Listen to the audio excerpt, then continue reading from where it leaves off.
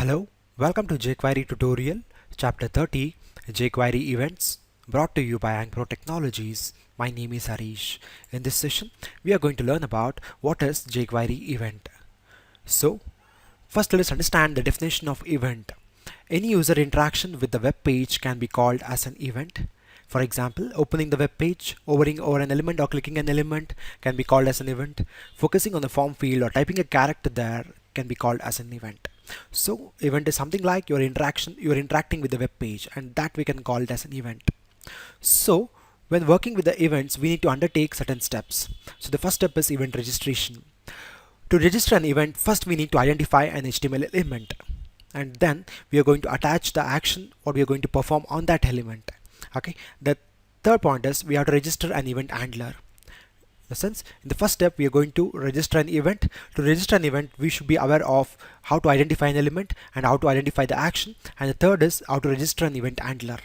Okay, and coming to the second step, we have to create an event handler. Event handler in the sense you have to create a function, and to that function we have to pass an event object, and that event object will be having all the details of the particular event which is happening over that HTML over on that HTML element.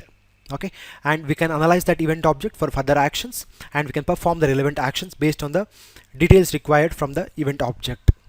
Okay, this is the second step. We'll create a function. To the function we'll pass an event object. Event object will be having all the details of the event happening there, and using that event object we can analyze it, and we can perform the relevant actions based on that. Okay, and the third step is the further actions, like you registered an event, you've worked on that event, and further if you need to deregister that event, and you can do it, or you can enable or disable the further event actions performing on that event. This is the third step. Okay, I repeat, the first step is how do you register an event, and the third step is you have to create an event handler, and the third step is you're going to finalize or desaturize that event. Okay, this is what you have to keep in mind when you're working with the event.